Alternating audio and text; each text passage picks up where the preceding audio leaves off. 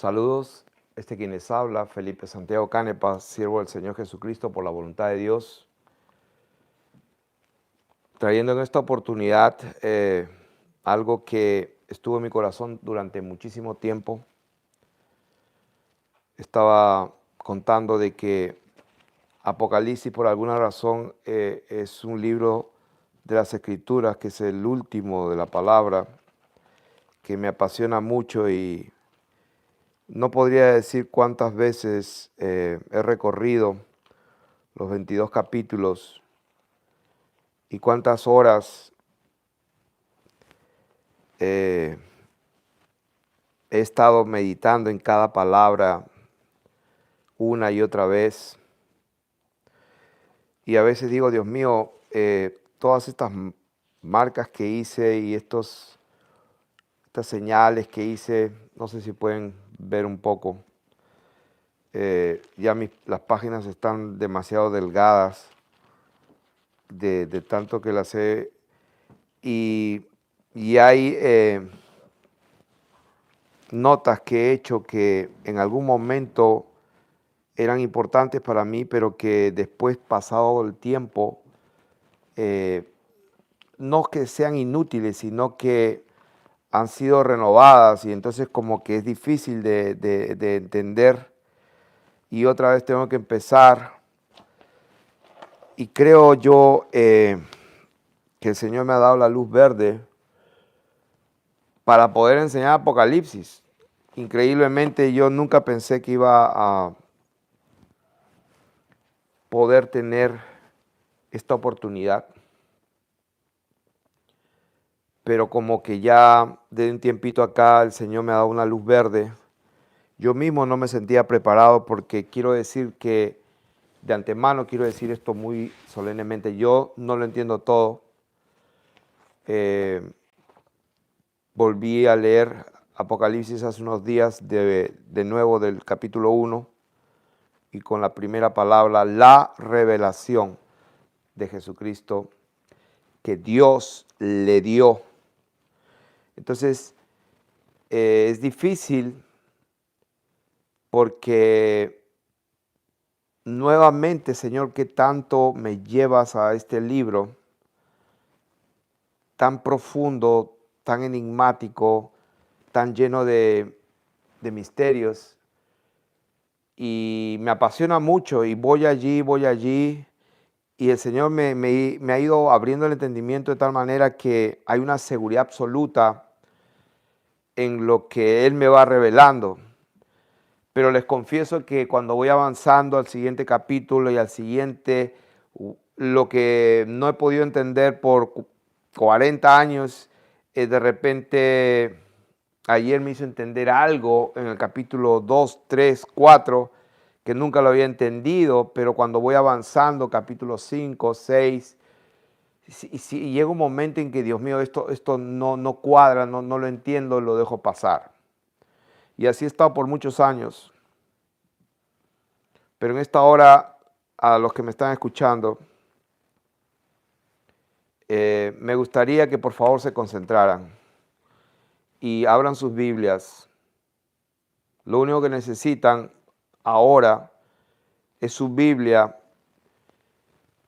quizás un cuaderno y un papel, pero quizás para después, porque lo pueden volver a ver. Pues créanme, aquí hay muchas piedras preciosas que quiero compartir y que no son fáciles de entregar. Quiero empezar diciendo que Apocalipsis es simplemente una palabra que significa quitando el velo, desvelando. Es como que Dios abriendo el telón para poder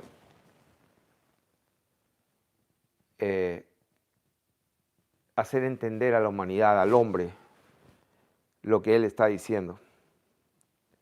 Y hay un orden. Empieza diciendo este entendimiento, esta revelación.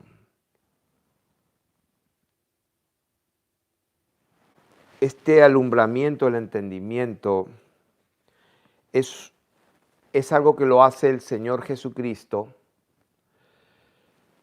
y que esta revelación de Jesucristo que Dios le dio, o sea que viene de Dios,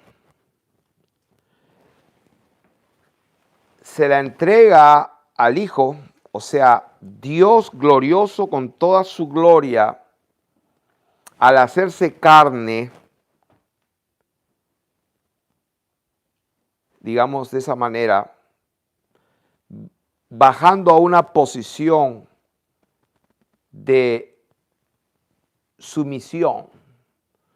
Como él dijo, nada hago, nada digo si no lo veo hacer al Padre. Todo lo que hago es lo que Él me manda a hacer y todo lo que digo es lo que Él me manda a decir. Es una sujeción. Por eso que Él salió de Dios, y porque salió de Él, de esa fuente misma, viene la autoridad y viene la revelación, que es Dios mismo, baja hacia el Hijo, hacia Jesucristo, porque Dios le da a Jesucristo, pero Jesucristo dice para manifestar a sus siervos. O sea que en la mente de Dios, esta revelación es una cosa buena, es una bendición para todo aquel que la lee, para todo aquel que la escucha y para todo aquel que guarda y practica y se somete a lo que Dios manda que guardemos en este libro. Pero esta revelación tiene un orden, viene de Dios, es de Jesucristo, que se la da a Dios, a Él, y Él se la da a sus siervos. ¿De qué manera? Dice, para manifestar a sus siervos las cosas que deben suceder pronto, y la declaró enviándola por medio de su ángel a su siervo Juan. O sea que si tuviéramos una pizarra acá, ponemos Dios, baja Jesucristo, baja su ángel, baja el apóstol Juan, y el apóstol Juan a sus siervos. Ahí está el orden. Repito, viene de Dios, la fuente de toda sabiduría, baja al Hijo, porque esa es la revelación de Él, se la entrega a su ángel, y ese ángel se la da y se la declara a Juan, y Juan hace y la enseña para que sus siervos puedan estar apercibidos, porque esto se trata para el tiempo final. Ahí lo dice, y quiero hacerles recordar que esto no es una enseñanza común y corriente. Esto es algo que no lo he hecho anteriormente, en el sentido de que esta es una enseñanza del libro de Apocalipsis. Vamos a enseñar el libro de Apocalipsis, no sé cuántas sesiones me va a demorar, pero puede demorar mucho. Entonces, esto vamos a llamarlo Apocalipsis parte 1, vendrá parte 2, parte 3, 4, no sé cuántas vamos a llegar, porque la profundidad de este libro no se puede medir. Uno no puede programar nada, porque a medida que vayamos estudiando, Dios va a ir revelando a nosotros mismos en el mismo momento más cosas. Así que, pero tengo que cumplir con lo que el Señor me ha dado, de enseñar a su iglesia la revelación de Él. Y hay muchas cosas que no entiendo, las que no entiendo y no comprendo y no estoy seguro, se los voy a decir. y las que está allí claramente y las hemos entendido, las vamos a compartir. Entonces, estamos viendo simplemente cómo es que vamos a entregar esta enseñanza y vamos a ir juntos porque vamos a ir leyendo la palabra, vamos a ir desmenuzándola, vamos a cortarla, a abrirla, vamos a examinarla, vamos a separar todas las piezas y vamos a analizar todo. Y estamos recién en el primer versículo. La revelación de Jesucristo que Dios le dio para algo. Esta revelación es para un propósito, tiene un propósito, tiene una finalidad, y la finalidad es de manifestar, de hacer notar, de hacer entender, de que sea claro, no a toda la gente, sino a sus siervos. Ahora, ¿de qué siervos está hablando? Está hablando de los siervos que van a vivir justamente el tiempo en el cual se van a cumplir estas cosas. Y está hablando a los siervos que van a cumplir, que van a vivir en el tiempo de antes que se cumplan estas cosas, porque esta revelación tiene que permanecer hasta el día del Señor, hasta el día final, para manifestar a su siervo las cosas que deben suceder pronto, y la declaró enviándola por medio de su ángel a su siervo Juan. Entonces, cuando vemos que ya aquí Dios nos dice algo interesante, algo revelador, que la forma en que el Señor Jesucristo entregó esta revelación a Juan lo hizo a través de su ángel. Quiere decir que los demás siervos que iban a escuchar y leer esta revelación de lo que se le mostró, de lo que vio y escuchó Juan,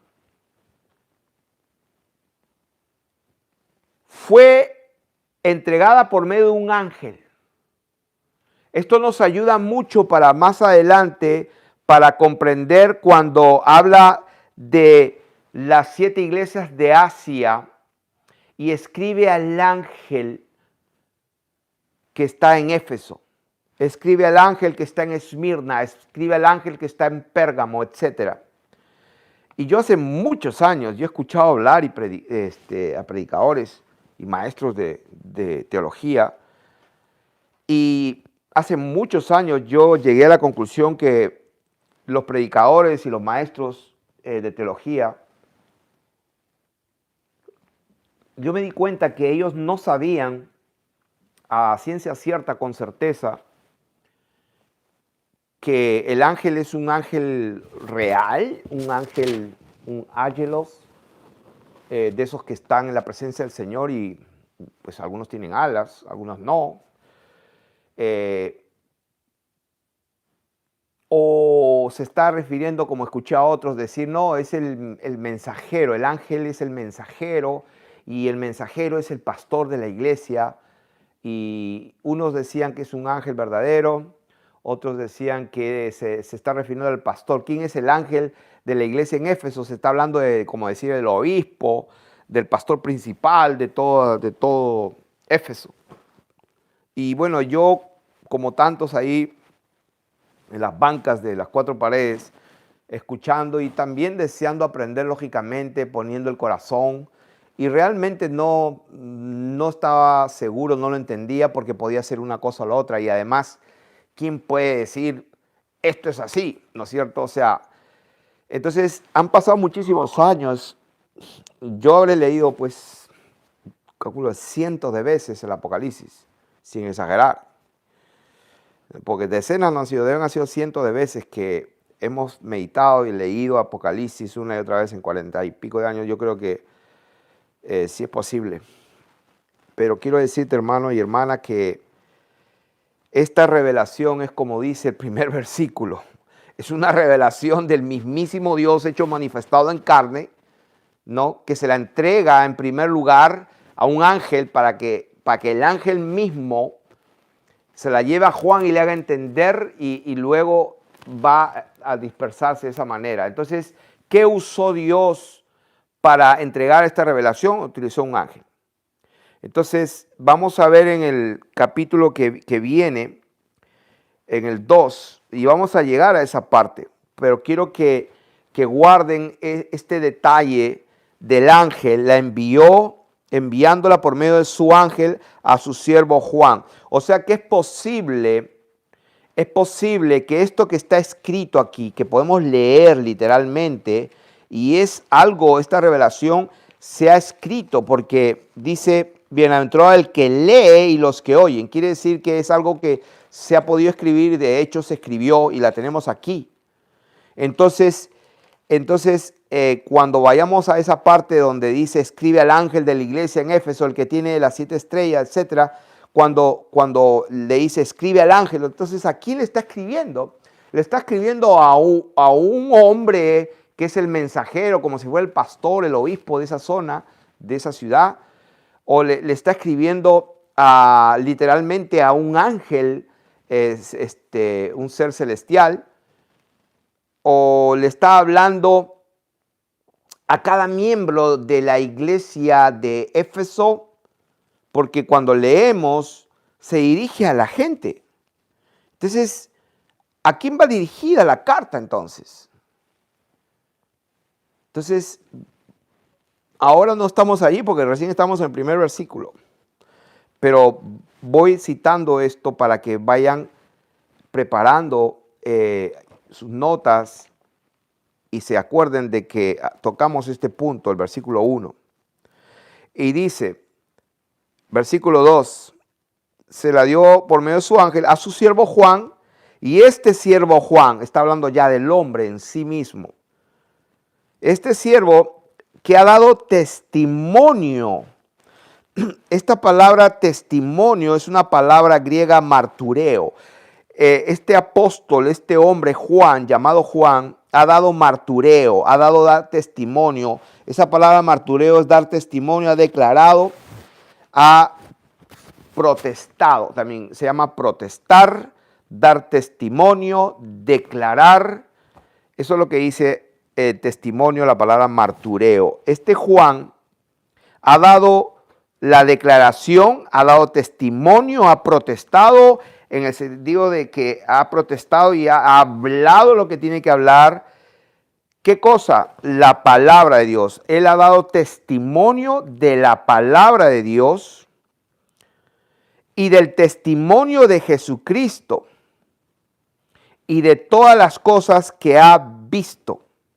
O sea, en otras palabras, este hombre Juan ha dado testimonio. Es un hombre que ha sido probado, que ha dado testimonio de Dios, y no solamente testimonio de Dios y de la palabra de Dios, sino que ha dado el testimonio de Jesucristo. O sea que, nuevamente, la revelación de Jesucristo que Dios le dio. O sea, en otras palabras, Dios le dio a Jesucristo una revelación. Jesucristo se la entrega al ángel y el ángel se la entrega a Juan, Juan a sus siervos, y de los siervos nos ha llegado hasta el día de hoy.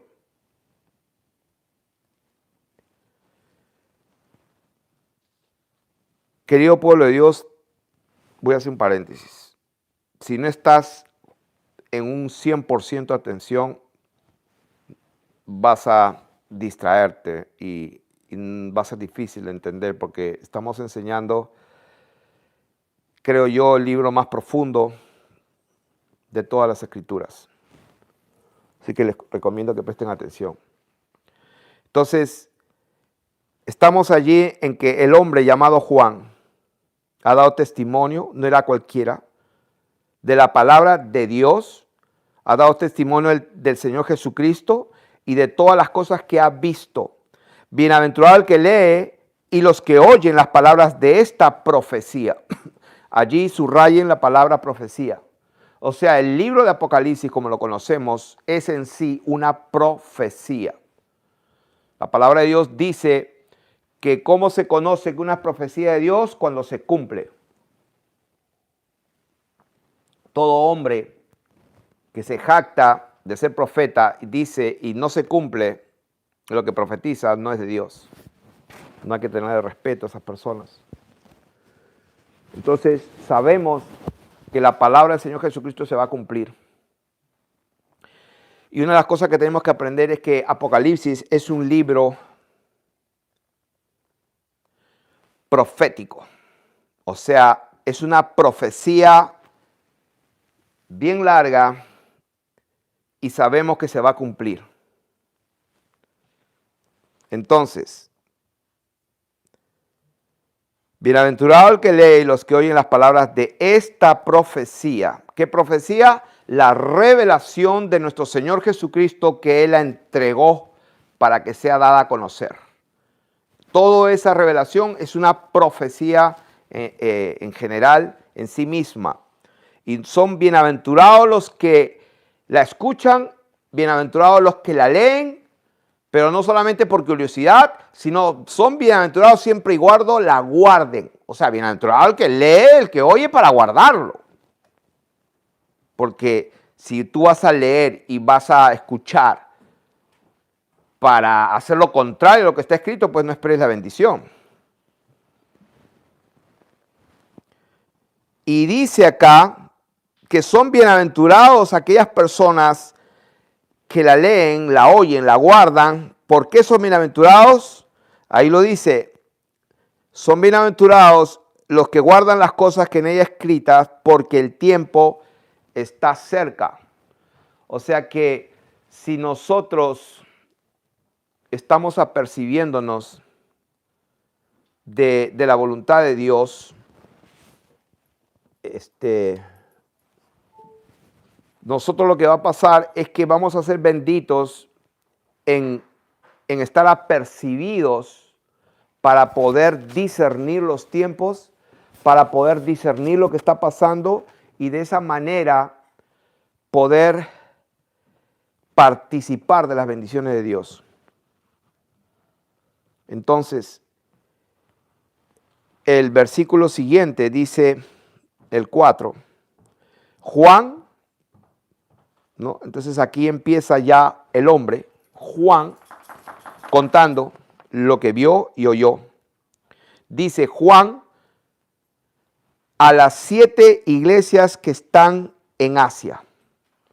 O sea, sabemos que el 7 es un número completo de cumplimiento, de fullness, como se dice en inglés. Es un número de plenitud, es un número que hace completa toda unidad, como que no falta más nada. El 7 representa la perfección, lo que está todo completo totalmente, que sin faltarle nada. Ahora, ¿por qué dice que estas iglesias están en Asia? No lo sé. ¿Por qué tenía que ser Asia? No lo sé. Interesante que pues ahí no está Jerusalén, por ejemplo. O sea que aquí podía haberse esperado, por lo menos escribe las 7 iglesias, escribe la iglesia que está, ejemplo, en Jerusalén. No está Jerusalén. La iglesia que está en Tiro, en Nínive, o sea, tantas ciudades, en Egipto, la iglesia que está en Siria, o sea, tantas ciudades, tantas naciones que podemos ver a lo largo de las Escrituras, pero que Dios quiso que la plenitud de sus iglesias, todas juntas, estén en Asia. Sabemos que el Señor Jesucristo, cuando resucita, les dice, vayan, se revela a ellos después de su resurrección y le dice que así era necesario que ocurra lo que estaba escrito en la ley, en los profetas y en los salmos, que el Cristo padeciese. ¿Quién es el Cristo? El Cristo es Dios manifestado en carne. Entonces la gente no entendía que Él era el Cristo. Sí, sabían que la definición de Mesías, de Messiah, o lo que llaman el ungido, el Christos en griegos. Entonces Eso es lo que hacía Saulo de Tarso, Anás y Caifás, Gamaliel y toda esa gente que no conocían a Dios. O sea, sabían mucho de teología, sabían mucho de hebreo, de raíces, de palabras, de las letras, de sus equivalentes en números, en significado y todo eso al día de hoy hay muchísimos doctores de la ley que saben mucho, pero no tenían el entendimiento del Espíritu de Dios en el sentido de entender. Entonces, cuando la palabra de Dios habla de que esta revelación fue dada a la iglesia, a las 7 iglesias que están en Asia, ¿por qué Dios? No lo sé.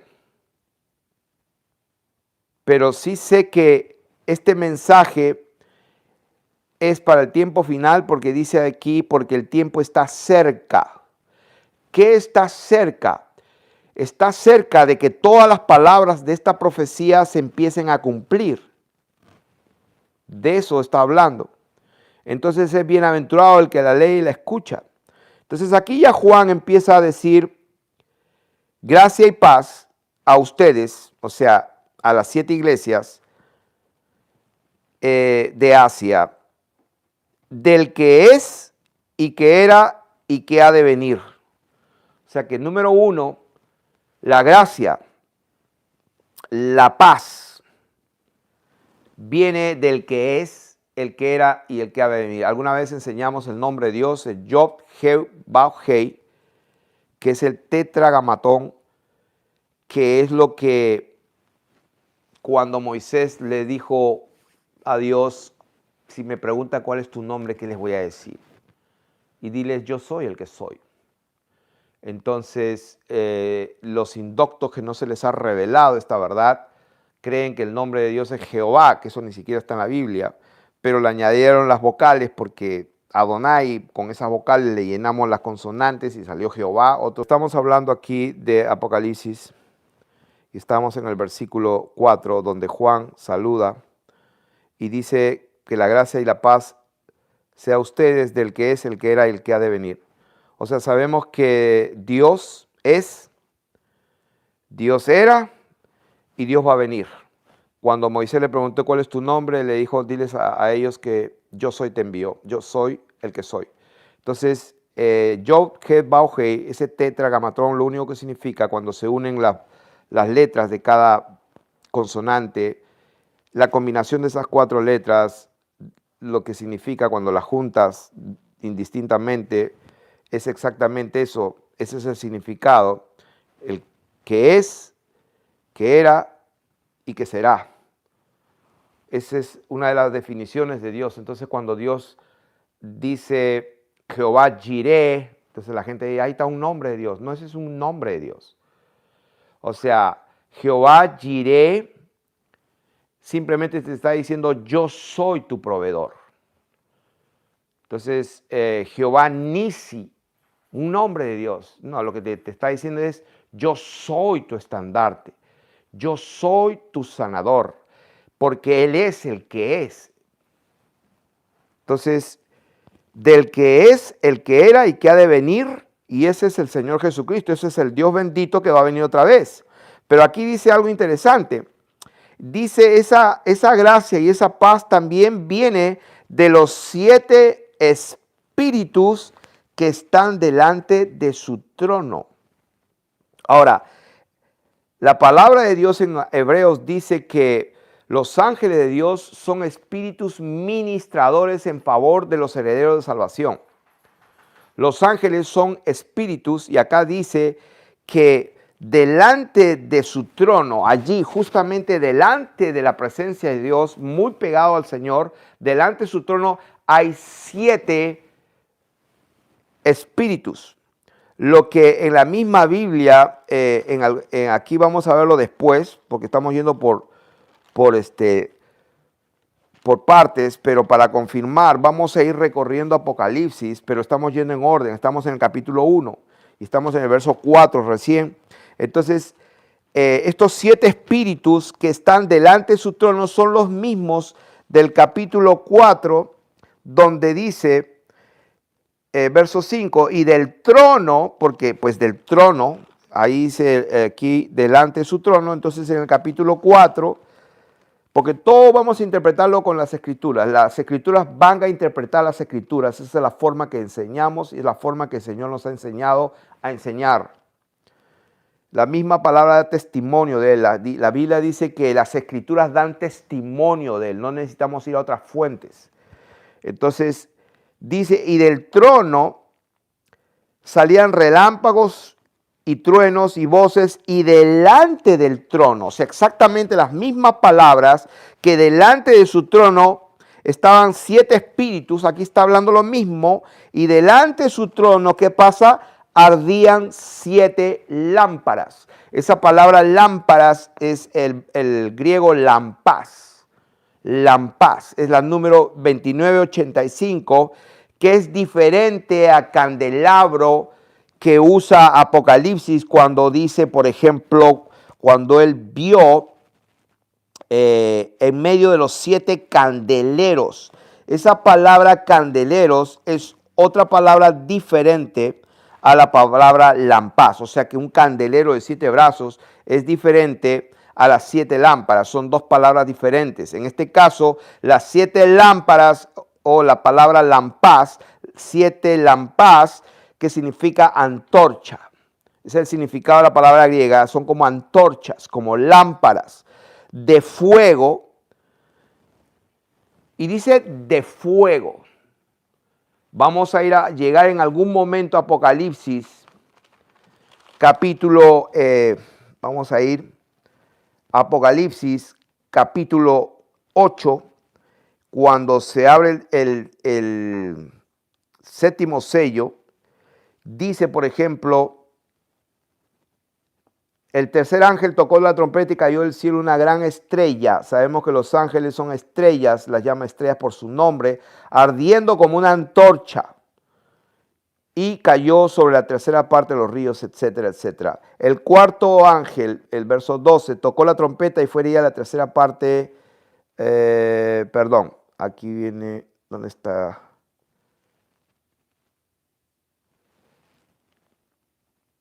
Ok, estamos en el versículo 8. 8:8. Dice, el segundo ángel tocó la trompeta y como una gran montaña ardiendo en fuego fue precipitada en el mar y la tercera parte del mar se convirtió en sangre. O sea, ¿de qué está hablando? Cayó una gran montaña y luego dice, tocó la trompeta y cayó una gran estrella ardiendo. Y después en el capítulo 9 dice, el quinto ángel tocó la trompeta y vi una estrella otra vez que cayó a la tierra y se le dio la llave del pozo del abismo. O sea, una estrella, pues, Júpiter, Venus, Mercurio, lo que nos han enseñado que son planetas, en realidad son estrellas.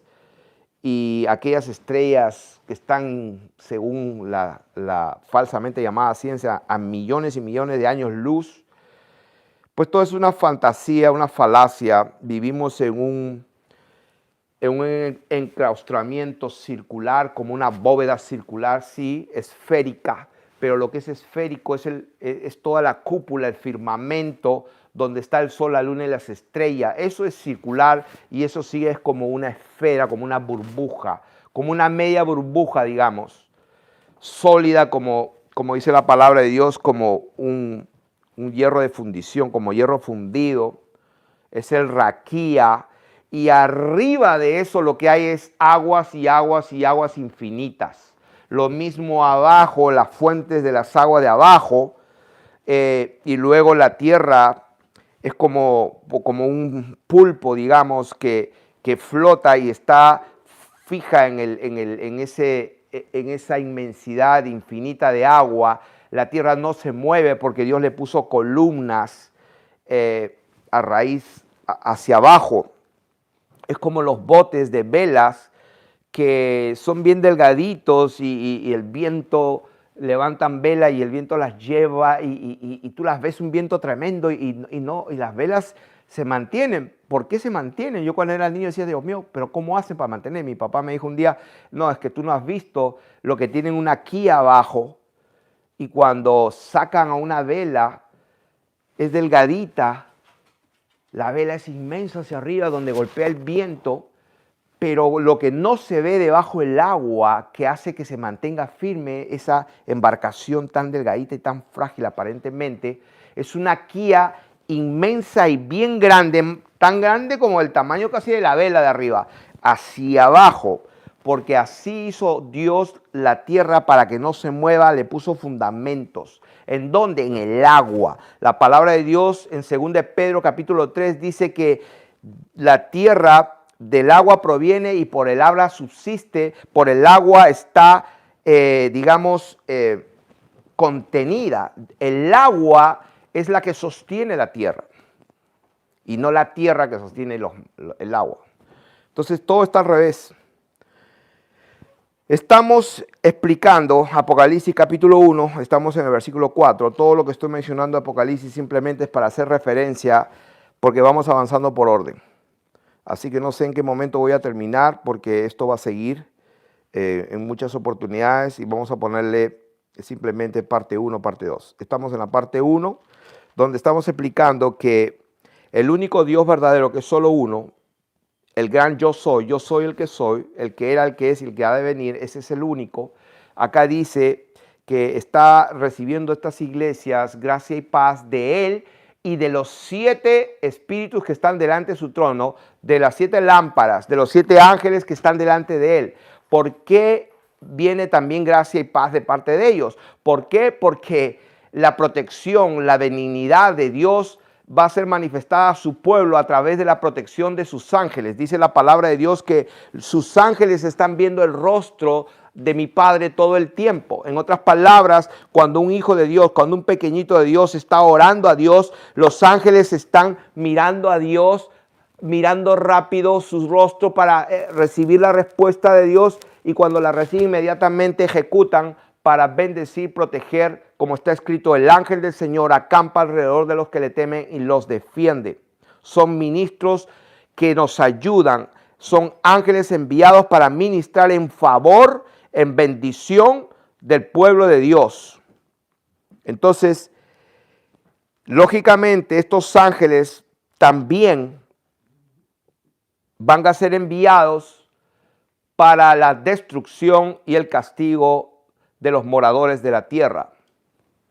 Pero acuérdense que este libro está siendo escrito para ser manifestado a sus siervos. Este libro no es para cualquier satanista, no es para cualquier hombre o mujer que cree que también tiene derecho a leerlo y creer que es para él. Lo pueden leer, se pueden comprar 100 Biblias si quieren, una biblioteca, una librería, pero la palabra de Dios dice claramente que esta revelación de Jesucristo que Dios le dio es para manifestar a sus siervos. Dice las cosas que deben suceder pronto, porque el tiempo está cerca, y le envió por medio de su ángel a su siervo Juan. O sea, esto es para manifestar a sus siervos. Entonces, cuando está hablando, bienaventurado el que lee, bienaventurado el que oye, bienaventurado el que guarda, está hablando a su pueblo. Por eso dice, gracia y paz a su pueblo, gracia y paz de Dios y de los 7 ángeles, de los 7 espíritus que están delante de él, que están a la mano de él. Están delante para que él los envíe en el orden, en el tiempo y en el momento que él quiere. Los mismos ángeles no saben el día ni la hora en que ellos van a recibir la orden de parte del Señor. Dice, si el que es, el que era y el que ha de venir, el único que puede ser el Señor Jesucristo, ¿cómo es que dice después? Y de Jesucristo el testigo fiel. Vamos a leerlo todo. Y de Jesucristo, el testigo fiel, el primogénito de los muertos y el soberano de los reyes de la tierra, al que nos amó y nos lavó de nuestros pecados con su sangre. O sea, ahí está de una manera inequívoca que está hablando de Jesús de Nazaret, que murió, resucitó y subió al cielo otra vez. O sea, allí está hablando de él, no puede ser de otro. El testigo fiel. Ahora, ¿por qué es que dice, reciban gracia, paz del que era, el que es y el que ha de venir, de los 7 espíritus que están delante de ese único y de Jesucristo, o sea, como si fuera otro. No, lo que está diciendo acá es que la gracia y la paz vienen del único. ¿Quién es el único? El que era, el que es y el que ha de venir, el Dios Todopoderoso, el único Dios bendito. Ese Dios bendito tiene 7 ángeles a su disposición que están frente a su trono, y que ese Dios bendito se manifestó como cordero, como hombre, como Dios encarnado, como la palabra que se hizo carne, como el verbo que se hizo carne, y que la única relación que los seres humanos pueden tener con ese Dios bendito es el día que Él visitó la tierra y que los de Jerusalén no lo conocieron. Por eso que vino lo que vino a Jerusalén, fue destruida, fue aniquilada, no quedó piedra sobre piedra porque no conocieron el día en que Dios los visitó. Entonces, la única forma para establecer Dios su verdad y la única forma en que el mundo va a ser juzgado en aquel día es que el mundo tiene que entender que Él visitó el mundo y que no fue Mahoma, que no fue Buda, no fue Gautama o Sri Lanka, ¿cómo se llama? Hare Krishna, o quien quiera ser el profeta o el Dios Altísimo, el Hijo de Dios. Solamente hay un Dios bendito que se manifestó en carne y le dio la gana y se le dio el nombre por medio de un ángel, que su nombre sería Dios salva, Dios con nosotros. Su nombre fue Jesús de Nazaret. Ahora la gente discute, ¿no? Que es Yeshua. Mira, no tengo tiempo para eso. No tengo tiempo para eso, como si Dios no supiera que nos estamos refiriendo a Él en esta revelación en el idioma castellano. Estamos hablando de conocer al Dios verdadero. No estamos discutiendo de cómo se pronuncia su nombre. Cualquier persona que está discutiendo cómo se pronuncia el nombre de Dios y que si no lo pronuncias así no tienes a Dios, está absolutamente ciego. Póngale mi firma de una vez y no pierdan su tiempo más. O sea, eso es por ahí. Entonces, ¿de qué estamos hablando? Estamos hablando de que cuando dice y de Jesucristo, está hablando del Dios bendito que vino mediante agua y sangre, y el Espíritu Santo es el que da testimonio. Jesús, o sea, Dios vino mediante agua y sangre. Él no era un hombre normal. O sea, dice, no, Jesucristo hombre. Sí, Jesucristo vino en semejanza de hombre, hecho semejante a los hombres. Porque para ser un hombre tienes que tener 23 cromosomas femeninos y 23 masculinos, y el sexo lo da el cromosoma Y, que es el del hombre. Y José, marido de María, no tuvo nada que hacer en el nacimiento de nuestro Señor Jesucristo. Entonces, no me vengan a hablar de que cuando se le traspasaron ahí salió agua y sangre, y como dicen algunos indoctos e inconstantes que torcen la palabra, no, que cuando tienen una presión muy grande en el corazón le sale agua. Nada que ver. Le salió agua, abundante agua y sangre, porque no era un ser normal como hombre, nacido de un hombre y una mujer. Dios no nació de hombre. Si bien es cierto, se preparó un cuerpo. Dice, me preparaste un cuerpo. Dios se preparó un cuerpo. Nació de una mujer bajo la ley. La sangre de Él no era cualquier sangre. Bendito sea el nombre del Señor Jesús. Tanto les cuesta entender eso a la gente. Él era Dios caminando, era Dios hablando. La sangre que derramó era la sangre misma de Dios. Bendito sea el nombre del Señor Jesús. Entonces, cuando dice de Jesucristo, está hablando del Dios manifestado en carne, que es el testigo fiel. O sea, el testimonio de Jesucristo es el testimonio mismo del Dios encarnado, y ese es el testimonio que cuenta, porque por ese testimonio se va a juzgar a los vivos y a los muertos, y por eso Pablo dijo que en aquel día Dios juzgará, acusándoles o defendiéndoles sus conciencias a los hombres, en aquel día en que Dios juzgará a todos los hombres conforme a mi evangelio. Y el apóstol Pablo dijo que el evangelio que yo predico no lo recibí ni de hombre ni por hombre, lo recibí directamente del Dios Altísimo cuando le dije, Señor, Dios, ¿quién eres tú? Yo soy Jesús a quien tú persigues. A partir de allí, al tercer día, Dios le abre los ojos y dice la palabra de Dios, inmediatamente comenzó a predicar que Jesús es el Cristo. El problema es que los judíos no entendían qué significa que Jesús es el Cristo, porque ellos entendían de un tal Mesías que iba a venir para restaurar a Israel y que otra vez iban a estar bien. No entendieron nada. El Señor dijo que mi reino no es de este mundo. Y los pobres infelices que se dicen ser judíos y no lo son, y la mayoría son una sinagoga de Satanás, empezando por todos los multimillonarios que son dueños de casi todo el mundo. ¿Saben por qué? Porque vendieron su alma al diablo hace tiempo. Dime quién es el hombre más millonario del mundo. Entre los 5 más, o en los 10 más, los 100 más millonarios y más ricos del mundo, yo te voy a enseñar 100 hombres que vendieron su alma al diablo, y da la casualidad que dicen que son y son sinagoga de Satanás. Dicen que son y no lo son. Ahí les doy una pista. Vendieron su alma al diablo, son sinagoga de Satanás.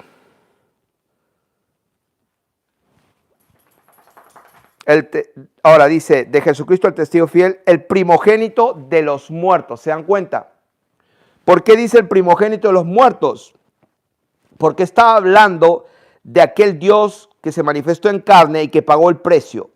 Está hablando del testimonio que dio el Señor Jesucristo como hombre y el soberano de los reyes de la tierra. Él es el soberano de los reyes de la tierra. Y yo cuando leía esto, decía, wow, Él es el rey de reyes, el soberano de los reyes de la tierra. Yo pensaba que estaba hablando de esa generación de serpientes que están allá por Inglaterra, o los que están en Europa, de tantos reyes que hay por ahí, y príncipes y condes y duquesas. Y yo decía, Dios no está hablando de los reyes que están ahora allá en la Arabia Saudita, en Qatar y en todos esos lugares. Cuando está hablando del testigo fiel, el primogénito de los muertos, o sea, Él es el primero que resucitó para vivir para siempre. O sea, ese cuerpo que lo clavaron en una cruz, que le pusieron una corona de espinas, que lo desangraron y lo azotaron, y todo ese cuerpo resucitó y es el primero de su clase. Y ese es el soberano de los reyes de la tierra. ¿De quién está hablando? ¿Quiénes son los reyes de la tierra?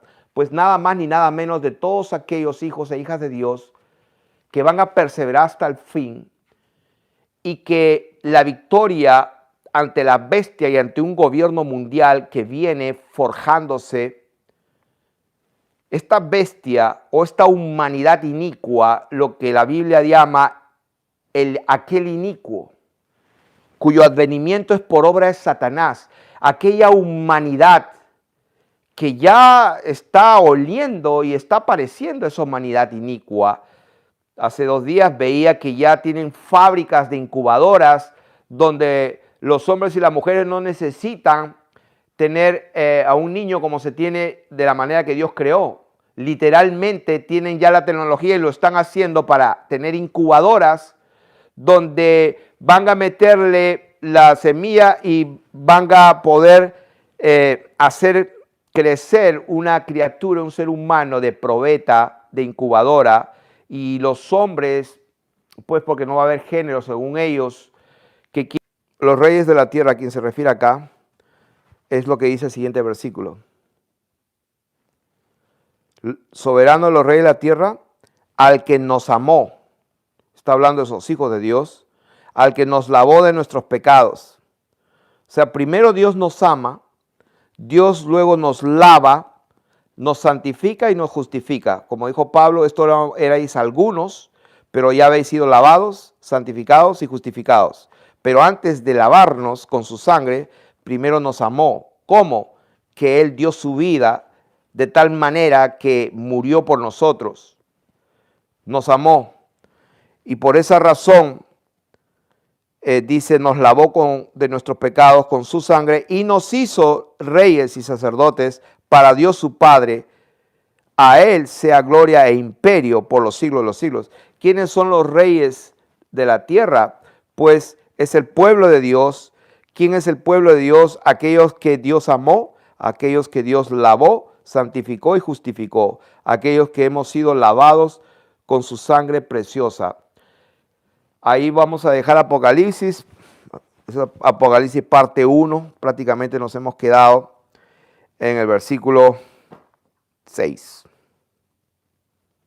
Y con eso no vamos a quedar ahí porque es muchísimo.